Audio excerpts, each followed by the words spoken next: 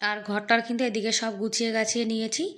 আর আজকে তো ছেলের ছুটি, কেন আজকে রামনবমী তো যার জন্য। আর গোপাল সোনা কিন্তু সেবা করে স্নান টান করে নিয়েছে, সেবা করে নিয়েছে, এখন বসে বসে খেলা করছে। আর আমার ছেলে একটু বাইরে খেলতে গেছে।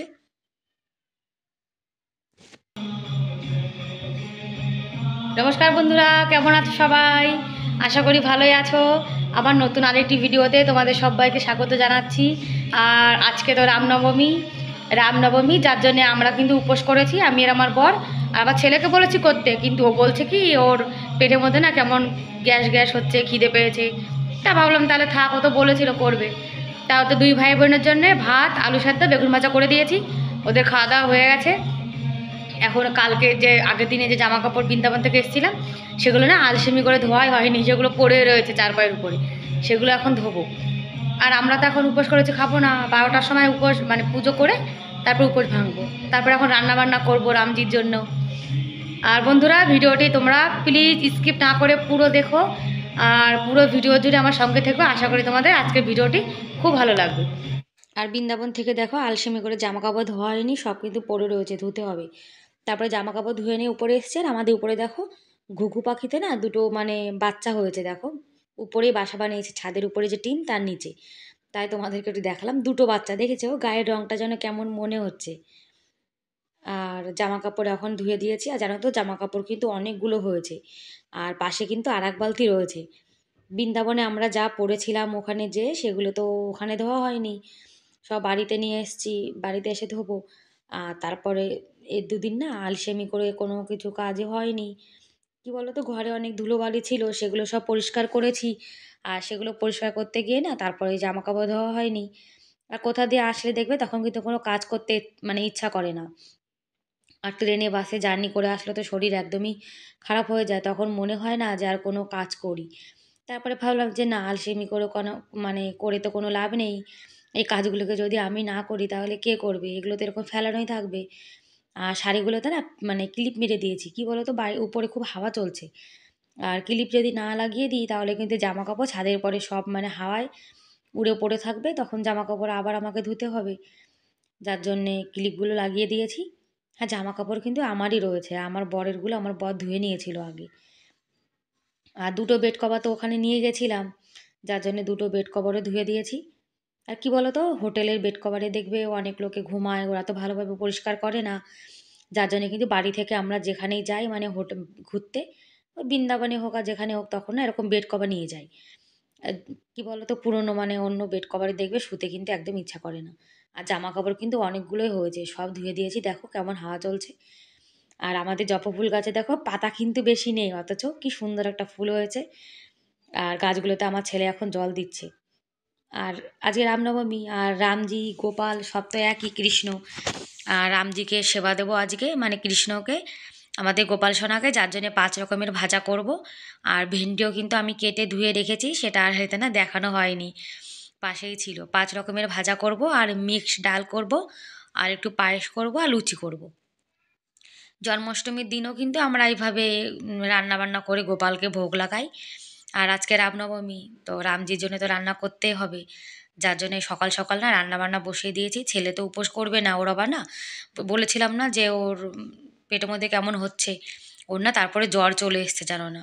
কি বলো তো, বৃন্দাবনে যে স্নান করেছে, তারপরে যমুনাতে স্নান করেছে, তারপরে বাড়িতে এসে রাত্রেবেলায় আবার স্নান করেছে আমাদের এখানে, মানে 4-5 জায়গা স্নান হয়ে গেছে ওর। আর গরমে বাস থেকে নেমে আবার আইসক্রিম খেয়েছে, যার জন্য না জ্বর চলে এসছে, জানো না। আর গরুর দুধ এনেছিল আমার বর, আবার পাশে গ্যাসে পায়েসটা বসিয়ে দিয়েছি। কি বলো তো, ওই ভ্যাসের মানে মহিষের দুধের সেবা না গোপালের ভোগ লাগে না কিন্তু, মানে মহিষের দুধ দিয়ে। যার জন্যে অনেক খুঁজে খুঁজে এক বাড়ির থেকে নিয়ে এসছে। আর আমাদের এখানে জানো তো মহিষ সবার বাড়ি আছে, কিন্তু গরু কারোর বাড়িতে নেই। আর ওদিকে মিক্সড ডাল এখন কুকারে সিটি মারতে বসিয়ে দিয়েছি। আর ডালগুলো জানো তো কুকারে সিটি না মারলে অনেকটা সময় কিন্তু লেগে যায়, আর অনেকটা গ্যাসও কিন্তু মানে শেষ হয়ে যায়। আর পায়েসটাও কিন্তু হয়ে গেছে, এখন ডালটা ফোড়ন দিয়ে নেব। আর এগুলো কিন্তু সব নিরামিষভাবে হচ্ছে, পেঁয়াজ রসুন ছাড়া। কেন, গোপালের সবাই সেবায় তো পেঁয়াজ রসুন লাগে না, যার জন্য। আর জানো তো, আমরা যখন নিজেদের জন্য রান্না করি সে রান্নায় দেখবে অতটা কিন্তু স্বাদ হয় না, যতটা ভগবানকে ভোগ লাগিয়ে সেই রান্না খেলে তাতে দেখবে একটু মানে স্বাদ কিন্তু বেশিই হয়। আর বন্ধুরা, তোমরা যারা ভিডিওটি দেখছো, তোমাদের যদি ভিডিওর কোনো অংশ ভালো লেগে থাকে তাহলে প্লিজ একটা লাইক করে দিও। আর আমার চ্যানেলে আজকে যারা নতুন ভিডিওটি দেখছো কিন্তু এখনও চ্যানেলটিকে সাবস্ক্রাইব করোনি, তোমরা চাইলে আমার চ্যানেলটিকে সাবস্ক্রাইব করে আমার এই ছোট্ট পরিবারের পাশে থাকতে পারো। আর যারা এই কাজটি করে দিয়েছো তাদেরকে অসংখ্য ধন্যবাদ। আর আজকের ভিডিওটা কেমন লাগলো তোমরা কিন্তু কমেন্ট করে জানাতে একদমই ভুলবে না। আর জানো তো, মিক্সড ডাল কিন্তু খুব টেস্টি হয়েছিল। আর পেঁয়াজ রসুন দিলেই যে রান্নাবান্নাতে টেস্ট হবে তার কিন্তু কোনো মানেই নেই, তাই না? আর পাশের হাঁড়িতে না ভাত বসিয়ে দিয়েছি, কেননা গোপালের সেবা টেবা দিয়ে তখন আমরা আবার খাবো, তো যার জন্য ভাতটা বসিয়ে দিয়েছি। আর রামজির কিন্তু 12টার পরেই মানে পুজো করে তারপরে ভোগ লাগিয়ে উপোস ভেঙে ফেলতে হয়। আর জন্মাষ্টমীতে দেখবে রাত 12টার পরে উপোস ভাঙতে হয়। আর এখন তাড়াতাড়ি করে রান্নাবান্না করছি, আবার 12টা বেজে যাবে, তো যার জন্য। আর দেখেছো প্রথমবারে লুচিটা কিন্তু কত সুন্দর ফুলেছে। আর লুচি বানাও কিংবা রুটি বানাও, যদি না ফোলে তাহলে দেখবে কিন্তু একদমই ভালো লাগে না, তাই না? আমার তো একদমই ভালো লাগে না যদি না ফোলে। আর যখন ফোলে তখন কিন্তু মনটা খুব খুশি হয়ে যায়, তাই না? একটু ময়দা আর আটা মিলিয়ে তারপরে কিন্তু বানিয়েছি, একদম পুরো ময়দা দিয়ে বানাইনি। আর এখন রামজির জন্য থালা সাজাচ্ছি। আমাদের বাচ্চা কাচ্চার জন্মদিনে আমরা যেরকম সুন্দর করে থালা সাজিয়ে তারপরে বাচ্চাকে দিই, সেরকম কিন্তু ভগবানকেও দিতে হয়। আর 5 রকমের ভাজা দেখো হয়ে গেছে। ভেন্ডি ভাজা, কুমড়ো ভাজা, উচ্ছে ভাজা, আলু ভাজা, এগুলোই দিয়েছি। আর দুটো যে পুরি দুটো ভালো ফুলেছে, সেই পুরি দুটোই কিন্তু দিয়েছি। আর তুলসী পাতা ছাড়া তো ভগবানের ভোগ লাগে না। কি বলতো, রামজি আর কৃষ্ণা এনাদের আর বিষ্ণু এনাদের 3 জনের মানে পুজোতে কিন্তু তুলসী পাতা লাগে। আর কোনো ভগবানের প্রসাদে তুলসী পাতা না দিলেও কিন্তু হয়। আর এই যে দেখো সুন্দর করে থালা সাজিয়ে আমাদের গোপাল সোনাকে এখন সেবা দেব। রাম কৃষ্ণ সব তো এক, আর আমার গোপাল সোনা দেখো সাজুগুজু করে বসে রয়েছে। এখন আমার গোপাল সোনা খাওয়া দাওয়া করবে। এখন খুব গরম তো, আর জানো না খুব মাছি হয়েছে, আমার বর বসে বসে পাশে দেখো মাছি তাড়াচ্ছে। আর আমার গোপাল সোনাকে এখন একটু আরতি করব, তারপরে আমার সোনাকে সেবা দেব। আমাদের গোপালের থালিটা প্রসাদের তোমাদের কেমন লাগলো তোমরা কিন্তু কমেন্ট করে অবশ্যই জানাবে। আর কি বলো তো, পূজা ঘরের ওইখানে অনেকগুলো সর্ষের বস্তা রয়েছে, তো ওখানে ভালো করে জানো না বসাও যায় না, যার জন্য এখানে রেখে দিয়েছি গোপালকে। আর আমার ছেলে মাছি তাড়াচ্ছে, আমার যে সোনা ভালো করে মাছি তাড়িয়ে গোপাল আবার উল্টে পড়ে না যায়। দেখো হাতটা কেমন করে নাড়াচ্ছে, ওর আবার জ্বর চলে এসছে জানো না।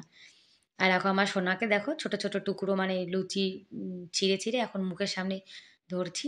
আমরা যেমন আমাদের বাচ্চাকে খাওয়াই, গোপাল সোনাকে কিন্তু সেরকম করে খাওয়াতে হয়, কেননা ও তো ছোট বাচ্চা। আর ছোট বাচ্চারা দেখবে একদমই কিন্তু হাত দিয়ে খেতে চায় না। আর গোপালকে যেটুকু খাওয়াচ্ছি সেটা কিন্তু পাশে রেখে দিয়েছি দেখো এক সাইডে। তারপর এটা এখন প্রসাদ হয়ে গেছে, এখন আমরা খেয়ে নেব। আর জানো তো প্রসাদে কিন্তু খেতে খুব স্বাদ লাগে। ব্যাস বন্ধুরা, আজকের মতো এ পর্যন্তই, দেখা হবে পরের ভিডিওতে। ততক্ষণ ভালো থেকো, সুস্থ থেকো, বাই বাই।